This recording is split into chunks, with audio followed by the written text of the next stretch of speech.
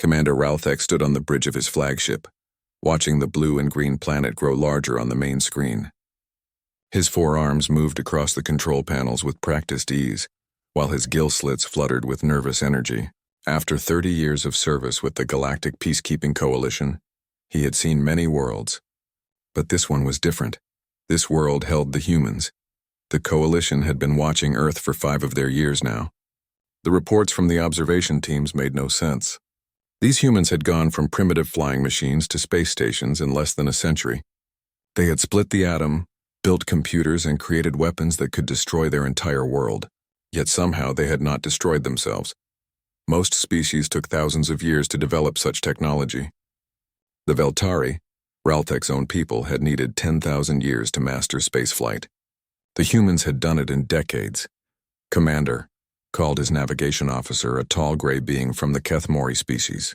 "We are receiving a transmission from the human planet." Ralthek turned his large black eyes toward the communication station. "So soon? We only just entered their star system." "Yes, sir. They detected us the moment we dropped out of hyperspace. The signal is coming from multiple locations on the planet's surface and from several orbital stations." This was not normal. Most primitive species never noticed Coalition ships until they were already in orbit. The humans had spotted them from the edge of their own solar system.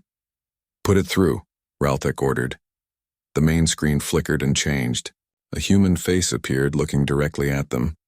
Ralthek had seen humans in the observation reports, but seeing one speak to him was different. The creature had small eyes, strange pale skin, and dark hair cut short in a military style. "This is Captain Lee Dong-min of the United Earth Defense Force," the human said. His voice was calm and steady. "We welcome you to our solar system. We have been expecting visitors from the stars." Ralthek blinked all 4 of his eyes. "Expecting them? How could they have been expecting them?" "I am Commander Ralthek of the Galactic Peacekeeping Coalition," he replied. "We come in peace to establish contact with your species." Captain Lee nodded. "We understand. We have prepared a meeting location on our orbital station. Our diplomatic team is ready to receive you." The human captain sent coordinates to a large space station orbiting Earth. Ralthek studied the structure on his screens. It was clearly military in nature, with weapon systems and defensive barriers. But it was also beautiful, with sections that seemed designed for meetings and ceremonies. "Very well, Captain Lee. We will dock with your station in 2 hours." "Understood, Commander. We look forward to meeting you." The transmission ended. Ralthek stood quietly for a moment, thinking about what had just happened. In all his years of first contact missions, no species had ever been so prepared.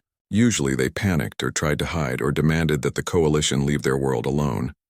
The humans had welcomed them like they had been planning for this day their entire lives.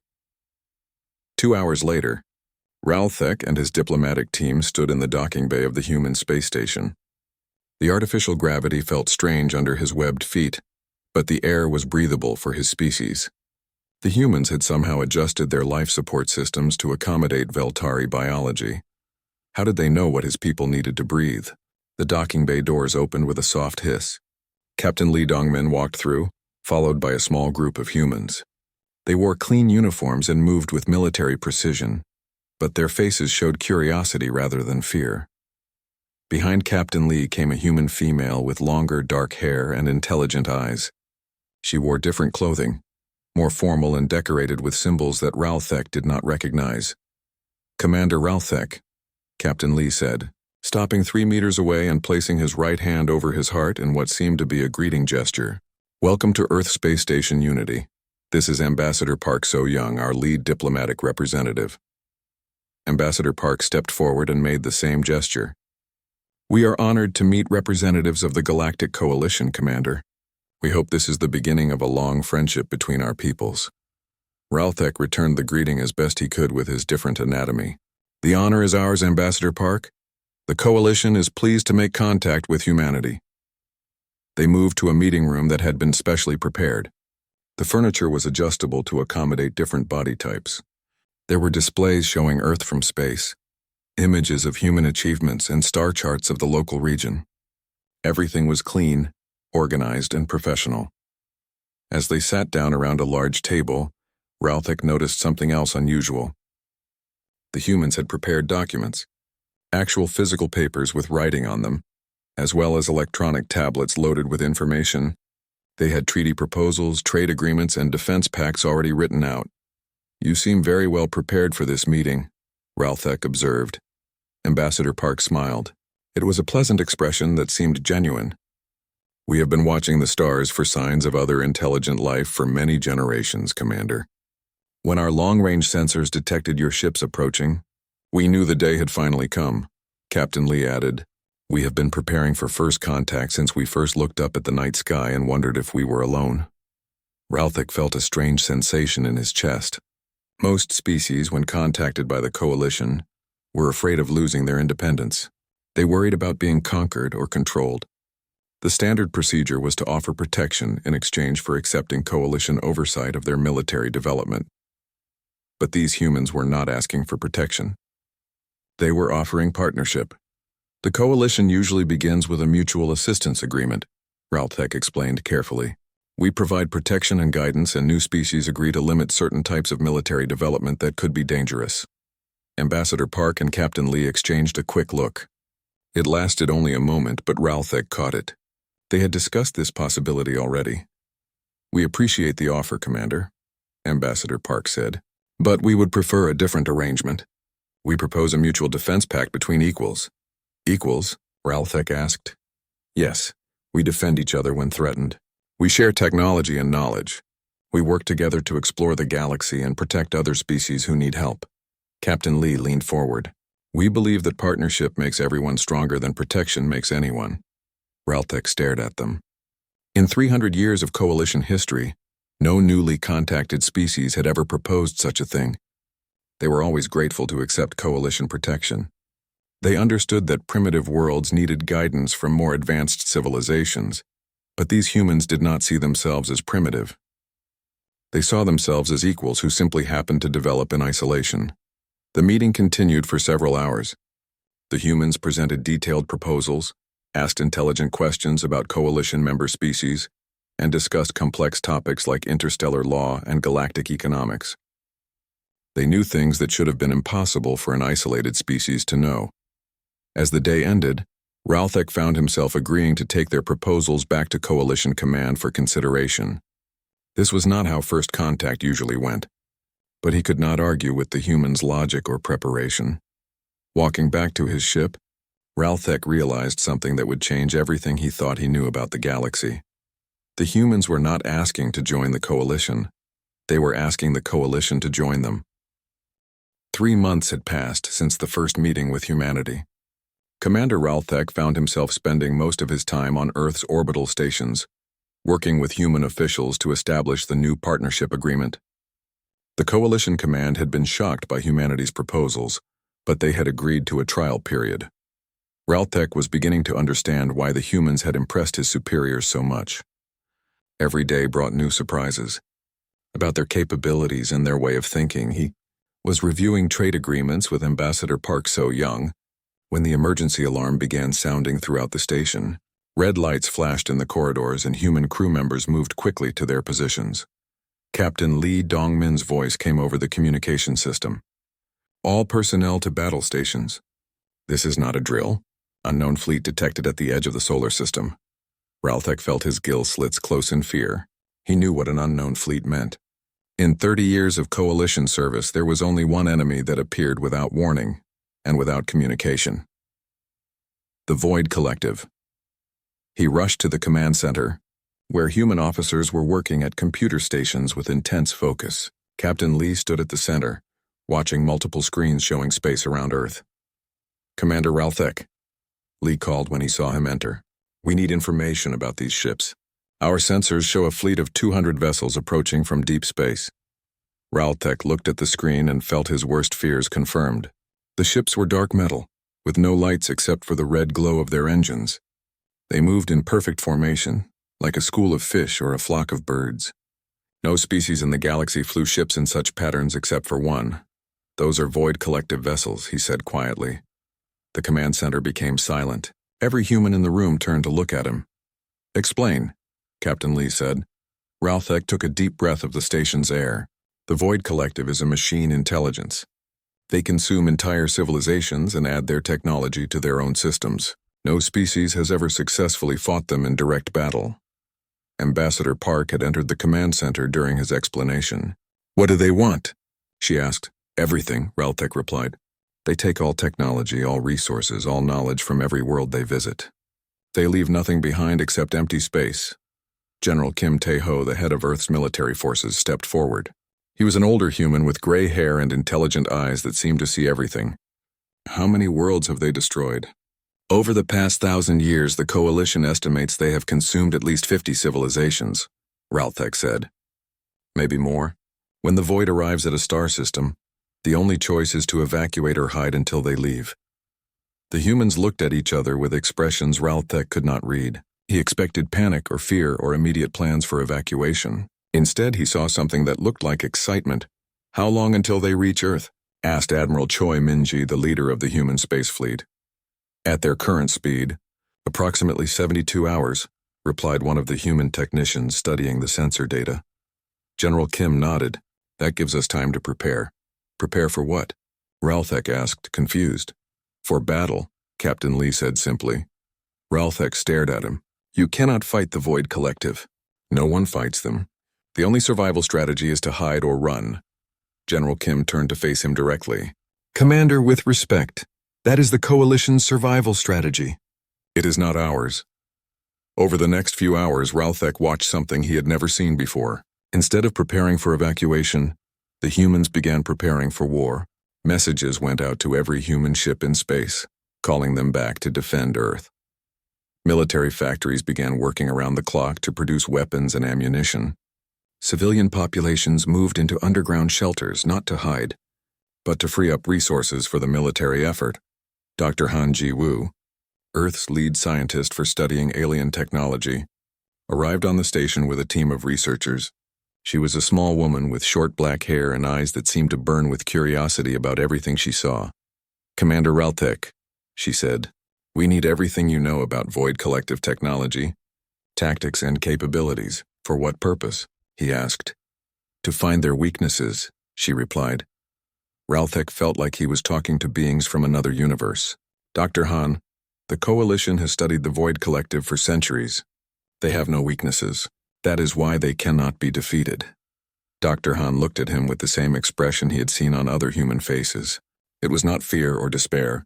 It was the look of someone who had been presented with an interesting problem to solve. "Commander, every system has weaknesses. Every machine can be broken. Every enemy can be defeated. We just have to find the right approach." She led him to a laboratory where human scientists were already building models of void ships based on Coalition records. They worked with tools and methods he had never seen before, creating detailed simulations of void technology. "Look at this," Dr. Han said, pointing to one of the models. "The void ships all move in perfect coordination. That suggests they share a communication network. If we can disrupt that network, we can break their formation advantage." Lieutenant Colonel Yoon Se-jin, a tall woman with sharp eyes and quick movements, joined the conversation.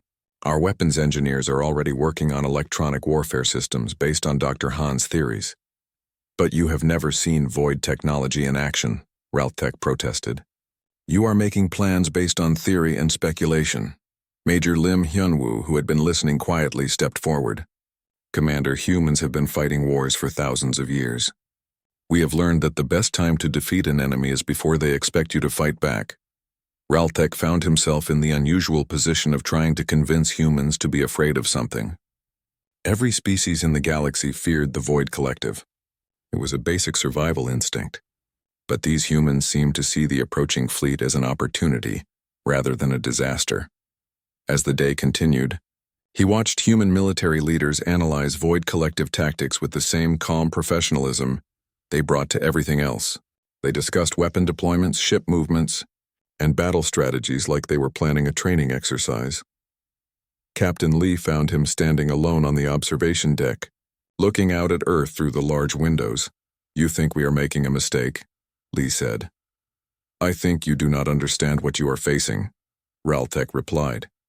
"Maybe. But Commander, let me tell you something about humans. We have faced extinction many times in our history. Disease, war, natural disasters, resource shortages. Every time we found a way to survive and grow stronger. The Void Collective is different from anything you have faced before. Captain Lee nodded. Yes, that makes them dangerous. But it also makes them interesting. Ralthek looked at the human captain with growing concern. In all his years of coalition service, he had never met a species that found their potential destroyers interesting rather than terrifying. As night fell on Earth below them, Ralthek realized that he was about to witness something unprecedented in galactic history. Either humanity was about to become the first species to defeat the Void Collective, or he was about to watch the fastest military defeat in recorded history. Both possibilities worried him equally. The next day brought a transformation that left Ralthek speechless. Earth had become a military machine operating at a scale he had never imagined possible. From the orbital station, he could see the planet's surface through the observation windows. Lights blazed from industrial centers that had not existed the day before. Human construction crews worked in shifts around the clock, building weapons factories, assembly lines, and defensive installations with incredible speed. How is this possible? He asked Dr. Han Jiwoo as she showed him through one of the new facilities. We call it total war mobilization, she explained. Every human civilian becomes part of the military effort. Every factory switches to producing military equipment. Every resource gets directed toward defense. She led him past production lines where humans assembled weapons, ammunition, and electronic systems. Workers moved with focused efficiency, building devices that had been theoretical concepts just 24 hours earlier. This weapon system, Dr. Han said, stopping next to a large machine, uses electromagnetic pulses designed specifically to disrupt the communication networks we identified in void ship designs. Engineer Bae Subin looked up from her work on the device. She was young, with oil stains on her hands and determination in her eyes. We base the frequency patterns on Commander Ralthek's data about void technology. If our theory is correct, these weapons should cause their ships to lose coordination. Ralthek examined the weapon. This technology should be impossible to develop so quickly. Coalition weapons engineers take years to design new systems. Bae Subin smiled. Human engineers work differently. When our survival depends on it, we can accomplish impossible things. Lieutenant Colonel Yoon Se-jin approached them, carrying a tablet with military deployment information. Dr. Han, we need your team to prepare portable versions of these weapons for ground defense forces. The Void will likely attempt surface landings if their fleet assault fails. Ground defense? Ralthek asked. You are planning to fight them on the planet's surface as well? We are planning to fight them everywhere, Yoon replied. Space, orbit, atmosphere, ground, underground if necessary. Humans do not surrender territory without fighting for it. She showed him maps of Earth covered with defensive positions, weapon installations, and military units. Every continent had been turned into a fortress. Every city had evacuation routes and fighting positions prepared. What about your civilian population? Ralthek asked. They are part of the defense, Major Lim Hyun-woo said, joining the conversation. Dr. Seo Ye-jin has organized civilian support networks in every major population center. Dr. Seo was the wife of Colonel Jung Min-ho, but she had her own important role in the defense preparations. When Ralthek met her, she was coordinating supply lines that would keep military units equipped during extended battles. Commander Ralthek, she said, can you tell us about Void occupation patterns? How do they control territory after they capture it? They do not occupy territory, he replied. They consume everything useful and move on. There is never anything left to control. Dr. Seo looked at him with the same expression he had seen on other human faces. They did not seem to understand that some battles could not be won. Then we will make sure they cannot consume anything, she said simply. As the hours passed, Ralthek observed human military preparation with growing amazement and concern. Their approach to warfare was unlike anything in coalition records. Most species, when faced with an overwhelming enemy, focused on minimizing losses. They built strong defenses and hoped to survive until the threat passed. Humans seemed to be planning for total victory or total destruction, with no middle ground. Admiral Choi Min-ji showed him the space fleet deployment. Human ships were arranged in attack formations rather than defensive positions. We will meet them in space before they reach Earth orbit, she explained. You are outnumbered 10-1, Ralthek pointed out. Numbers are not everything in space combat, Admiral Choi replied. Tactics, technology, and determination matter more. Captain Nam Ki-young, the leader of the human fighter pilot squadrons, was even more direct. Commander, we have studied every battle the Coalition has fought against the Void. Your forces always fought defensively and always lost. We are going to fight offensively. Offensive tactics against the Void Collective are suicide, Ralthek said. Maybe. But defensive tactics against the Void Collective are guaranteed failure, Nam replied. We prefer uncertain suicide to certain defeat. The logic was insane. But Ralthek was beginning to understand that human military thinking operated on different principles than Coalition strategy. On the second day of preparation, he witnessed something that disturbed him more than anything else he had seen. The humans were not just preparing to fight the Void Collective. They were preparing to study them.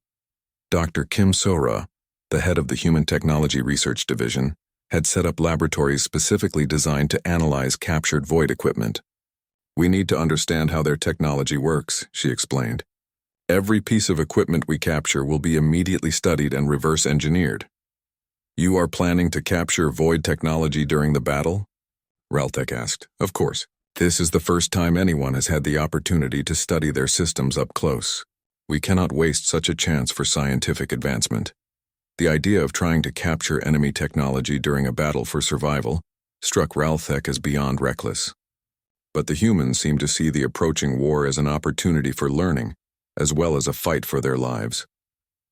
General Kim Tae-ho found him standing alone in one of the observation areas, looking down at Earth's transformed surface. You are troubled. Commander, the general said. Your people are preparing for war like they have been fighting galactic conflicts for centuries, Ralthek replied. But this is your first contact with an alien military force. General Kim nodded. That is true. But humans have been fighting wars against each other for our entire history. We know war. This will be different from human wars. Yes, the enemy will be different. The technology will be different. The scale will be different. General Kim paused. But war itself is always the same. It is about imposing your will on an enemy who is trying to impose their will on you. Ralthek looked at the human general with growing unease. What if your will is not strong enough? Then we make it stronger, General Kim replied.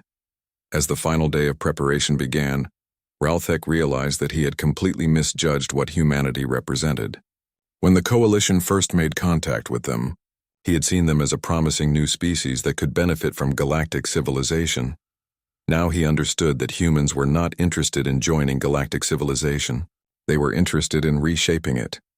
The approaching Void fleet represented the greatest threat any Coalition species had ever faced. But watching human preparation, Ralthek began to worry about what would happen to the galaxy if humanity actually won. These people did not fight to return to peace. They fought to prove that nothing in the universe was beyond their ability to defeat. That realization terrified him more than the approaching Void Collective ever could. The Void Collective fleet arrived exactly when human calculations predicted. Ralthek watched from the command center as 200 dark ships emerged from hyperspace at the edge of Earth's solar system. All units.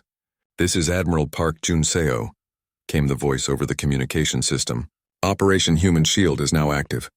Engage the enemy. Ralthek had never heard of Operation Human Shield. When he asked Captain Lee about the name, the human smiled grimly. We protect what matters to us by destroying what threatens us, Lee explained.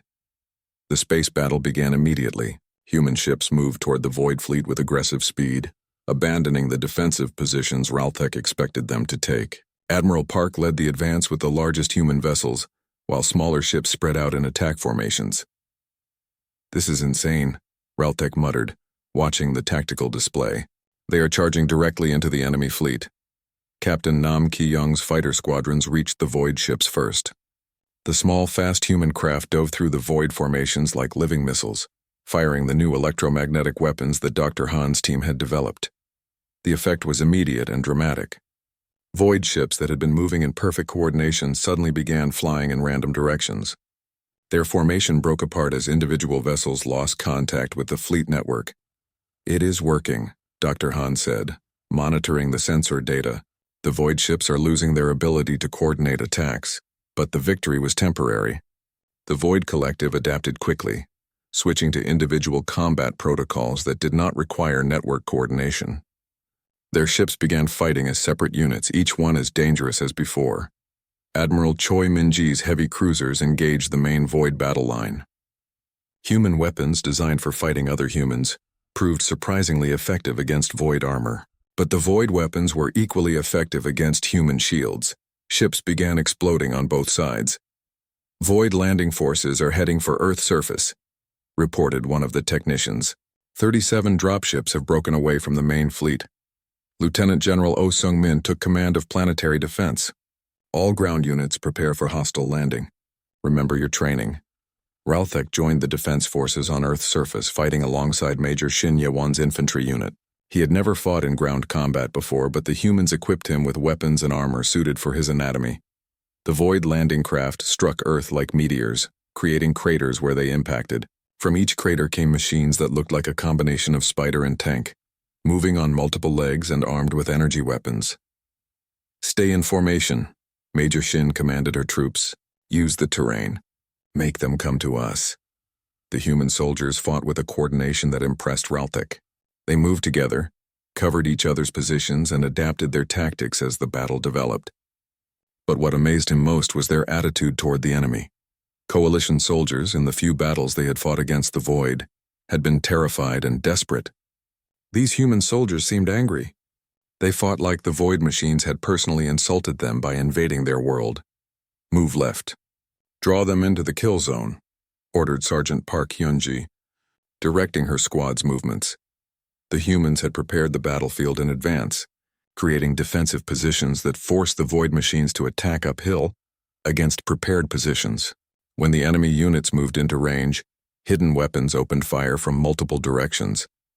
Void machines exploded under concentrated human fire, but more kept coming from the landing sites. Commander Lee's unit has captured a Void command node, came a report over the radio. Ralthek was amazed. Captured? How do you capture a Void machine? Major Shin pointed to a squad of human engineers working on a damaged Void unit. Same way you capture anything else. You break it, drag it back to your lines, and make it work for you instead of against you. The engineers, led by Technical Sergeant Kim Dong-ho, were already connecting human equipment to the captured Void technology. Within minutes, they had jury-rigged a control system that let them access the machine's sensors and weapons. This is impossible, Ralthek said. Void technology is completely different from anything else in the galaxy. Technology is technology, Kim replied without looking up from his work. If it can be built, it can be understood. If it can be understood, it can be controlled. Dr. Kim Sora's research team arrived on the battlefield in armored vehicles, collecting samples of destroyed Void equipment even while the battle continued around them. They worked with calm efficiency, as if studying alien war machines during active combat was a normal part of their jobs. Dr. Kim, Ralthek called to her, "This is extremely dangerous. You should wait until the battle is over." "The battle might destroy the evidence we need," she replied. "We study what we can while we can." The ground battle raged for hours. Human forces gave ground in some areas and gained it in others, but they never retreated completely.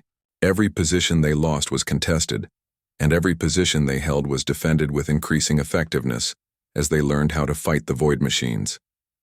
In space, the situation was more complex. Admiral Park's fleet had managed to destroy about 60 Void ships, but at the cost of half the human vessels. The remaining human ships continued fighting, but they were heavily outnumbered. "Admiral Park, to all units," came the transmission. "We are implementing Operation Last Stand. All A ships converge on the Void flagship." Ralthek watched in horror as the remaining human ships abandoned their defensive positions and charged directly at the largest Void vessel. It was a suicide attack with no chance of success. But as the human ships approached the Void flagship, something unexpected happened. The Void ship's weapons stopped firing. Its engines shut down. It began drifting helplessly in space. "What happened?" Ralthek asked. Captain Lee was smiling. "Dr. Han's electromagnetic weapons did more than disrupt their coordination. We have been studying their shield frequencies all day. Captain Nam's fighters delivered a virus directly into their main computer systems. The human fighters had not been attacking randomly. They had been planting computer viruses in every Void ship they encountered. viruses designed to spread through the Void network and disable their most important vessels. You turned their own communication network against them, Raltek realized. Exactly. The better connected they were, the more vulnerable they became. With their flagship disabled, the Void fleet began to lose coordination again. Human ships pressed their advantage, focusing their attacks on command vessels and communication nodes. On the ground, the loss of orbital support left the Void landing forces isolated.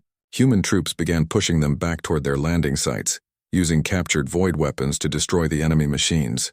"We are winning," Major Shin reported. Void forces are retreating to their landing craft. But as Raltek watched human soldiers pursue the retreating enemy, he noticed something that disturbed him. The humans were not content to drive off the invaders. They were systematically destroying every piece of Void technology they could not capture, and capturing every piece they could not immediately destroy. They were not just defending their world, they were completely eliminating the Void presence in their star system. As the day ended, the impossible had happened. Humanity had defeated the Void Collective. But watching the human victory celebration, Raltek realized that what he had witnessed was not just a military triumph. It was a demonstration of a completely different approach to warfare than anything else in galactic history.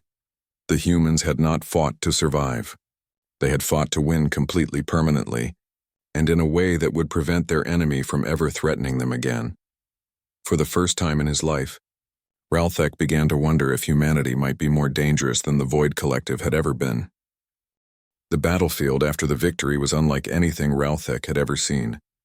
Human soldiers moved through the wreckage with systematic efficiency, collecting every piece of Void technology, every weapon fragment, every broken component that might contain useful information. Captain Cho Min-soo led a salvage team through one of the Void landing sites. His soldiers worked with the precision of scientists, cataloging and preserving everything they found. They treated the alien wreckage like a treasure that had fallen from the sky. "Every piece tells us something new about how they build their machines," Cho explained to Raltek. "Every weapon design, every armor panel, every computer chip teaches us more about their technology." "Why does it matter?" Raltek asked. "You have defeated them. They are gone." Captain Cho looked at him with surprise. "Gone? Commander, this was just one fleet. The Void Collective is spread across thousands of star systems. This was not the end of the war. This was the first battle." The words hit Raltek like a physical blow. He had been thinking of the victory as the end of the crisis. But the humans saw it as the beginning of something much larger. General Park Hye-jin confirmed his fears when she briefed him on the post-battle analysis. "Based on the captured data, we estimate the Void Collective controls approximately 1,500 star systems. Their total fleet strength is probably 50,000 ships or more." "Then you cannot possibly defeat them," Raltek said. "Not with our current capabilities," General Park agreed. "That is why we need to improve our capabilities." She led him to a secure facility, where human engineers were already working on reverse engineering captured Void technology. Dr. Kim Sora's team had dismantled several Void machines and were studying their internal systems with intense focus. "This power source is incredibly efficient," Dr. Kim explained, showing him a Void energy cell. "Their weapons are more advanced than ours. Their armor is stronger than ours. Their computers are faster than ours. So you admit they are superior to human technology," Raltek said. "They were superior," Dr. Kim corrected. "But now we have their technology too. And soon we will have technology that combines the best of both approaches." Lieutenant Kang Seo-jun, a young engineering officer, was working on a new weapon design that incorporated Void energy systems with human targeting computers. "Look at this," he said excitedly. "By combining their power source with our electronics, we can build weapons that are twice as effective as either system alone." Raltek watched the humans work with growing unease. They were not just studying the Void technology for defensive purposes. They were improving it, weaponizing it, and preparing to use it for their own purposes. "What will you do with these new weapons?" he asked. "Protect other worlds from the Void Collective," Lieutenant Kang replied. "And if those other worlds do not want your protection?" Kang looked puzzled by the question. Why would anyone refuse protection from an enemy like the Void? The answer worried Raltek more than anything else he had heard. The humans genuinely could not imagine why anyone would refuse their help. even if that help came with conditions and consequences the recipients might not want. Colonel Lee Min-ho found him in the observation area that evening. Looking out at Earth's restored surface, the planet showed no signs of the recent battle. Human repair crews had already filled in the craters and rebuilt the damaged structures. "You seem troubled by our victory." "Commander," Lee said. "I'm troubled by what comes after your victory," Raltek replied. "What do you mean?" Raltek turned to face the human colonel. "Your people have just proven that the most dangerous force in galactic history can be defeated. What will you do with that knowledge?" "We will defeat them," Lee said simply. "All of them? Across 1,500 star systems? However many it takes. And what about the species that live in those systems? What happens to civilizations that have learned to coexist with the Void Collective? What happens to worlds that have found ways to hide from them or avoid them?" Colonel Lee was quiet for a moment. "I had not considered those possibilities." "Your people have not considered many possibilities," Raltek said. "You see the Void Collective as an absolute evil that must be destroyed. But for many species, they are simply another dangerous force in the galaxy, like storms or predators or disease. Something to be avoided, not something to be fought. You think we should leave them alone? I think you should consider whether your solution to the Void problem might create bigger problems than the Void itself." That night, Raltek met with Dr. Jung Hye-min, one of the human researchers who had been analyzing Void behavior patterns. She was a thoughtful woman who seemed to understand his concerns better than some of the military officers. "Dr. Jung, what have you learned about why the Void Collective attacked Earth?" She showed him computer models of Void expansion patterns. "They do not attack randomly. They target species that show rapid technological development, aggressive territorial expansion, or military innovation. In other words, they target species like humanity." "Exactly.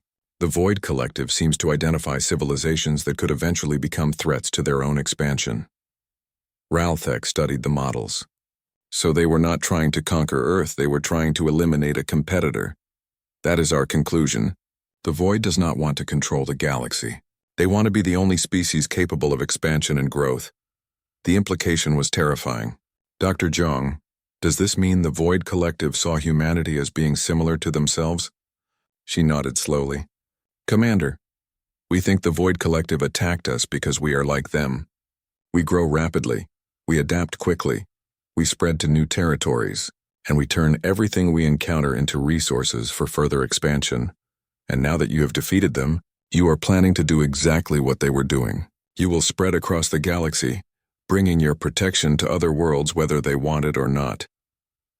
Dr. Jung looked uncomfortable. "We prefer to think of it as offering assistance." "Dr. Jung, when a species has the power to destroy enemies like the Void Collective, what happens when they encounter species that refuse their assistance?" She was quiet for a long time. Finally she said, "I suppose that would depend on whether the refusing species were threatening galactic security. And who would decide what threatens galactic security?"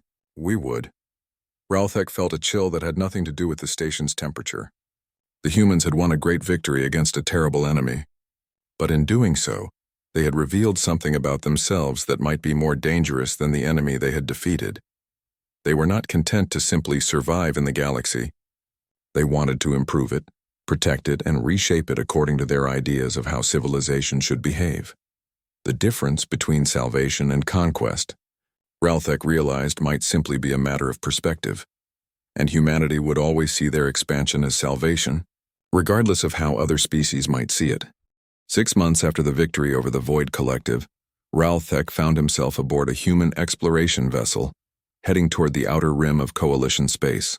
The ship was officially a diplomatic mission, but he could see the weapons, the sensors, and the military personnel that made it something much more than diplomacy. Captain Park Young-soo commanded the vessel with the same calm efficiency that Raltek had learned to associate with human leadership. "Commander," he said, "we have detected signs of Void Collective activity in the Kepler 4942 system.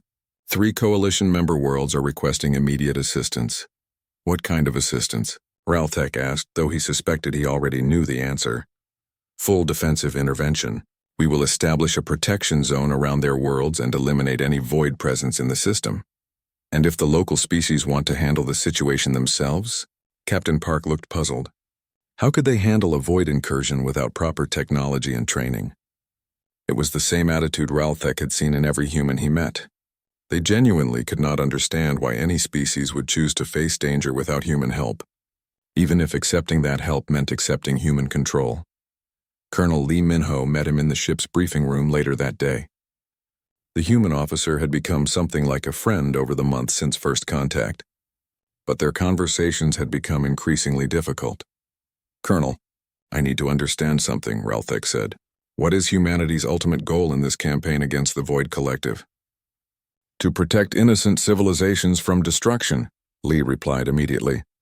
"And after you have protected them, we will help them build defenses so they can protect themselves in the future. Defenses that require human technology, human training, and human oversight." Colonel Lee was quiet for a moment. "Commander, what are you really asking?" "I am asking whether you understand the difference between protection and conquest." "Of course I do. We are not conquerors. We do not take territory or enslave populations. We offer partnership and mutual defense." "Partnership with who? Species that have the choice to say no? Why would anyone say no to protection from enemies like the Void?" Ralthek leaned forward.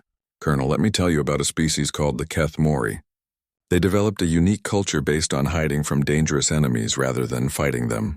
For thousands of years, they survived in the galaxy by being invisible, by avoiding conflict, by letting stronger species fight each other while they remained safe. That sounds like a reasonable survival strategy. It was, until humanity decided they needed protection.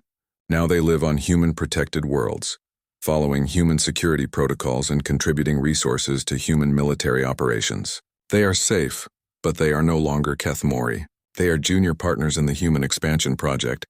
Colonel Lee considered this. Are they unhappy with the arrangement? They are alive. Whether they are happy is a different question. Dr. Jung Hye-min joined their conversation, carrying a tablet with analysis reports from recent human interventions. "Commander Ralthek, I wanted to share some interesting data with you." She showed him statistics from the worlds humanity had protected over the past 6 months. "Every system we have defended has shown remarkable improvements in technology, economic output, and military capability." "At what cost?" Ralthek asked. "Minimal casualties, efficient resource allocation, and rapid integration into our defensive network." "That is not what I meant. What happened to their original cultures, their traditional ways of life, their independence?"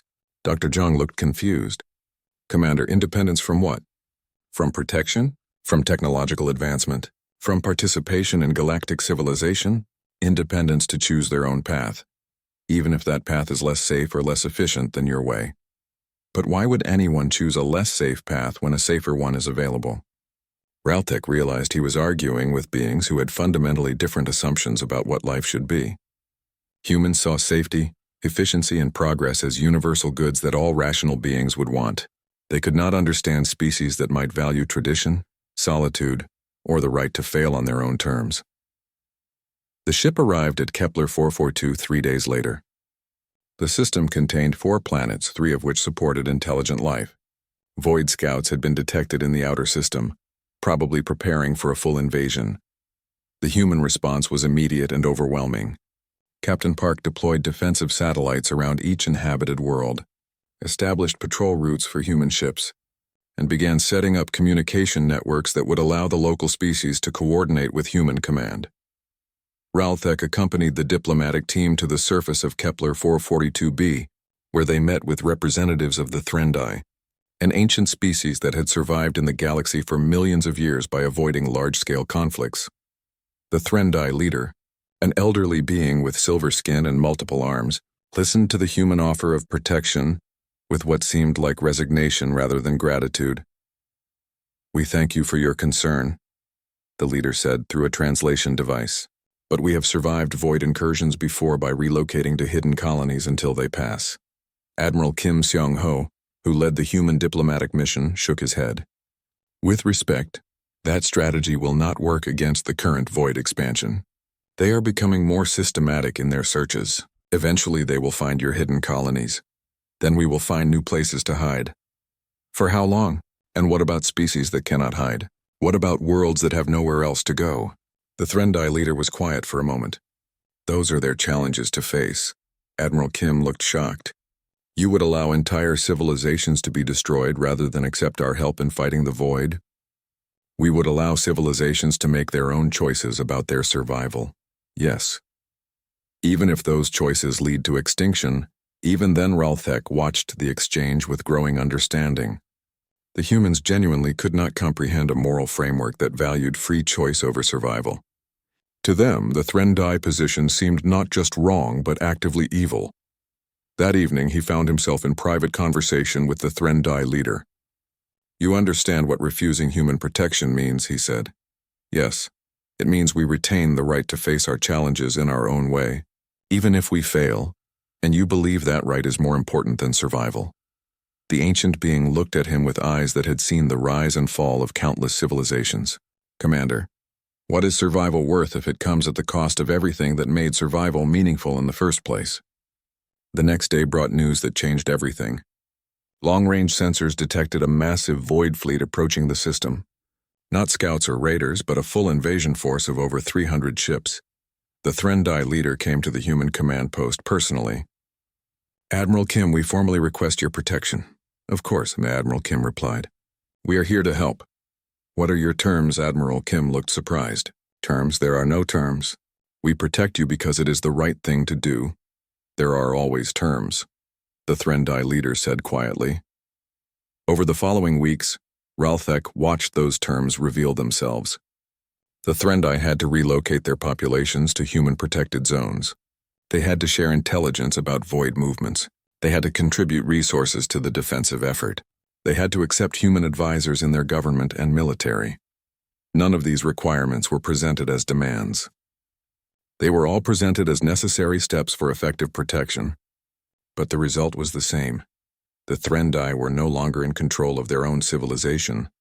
The battle against the Void Fleet was a complete human victory.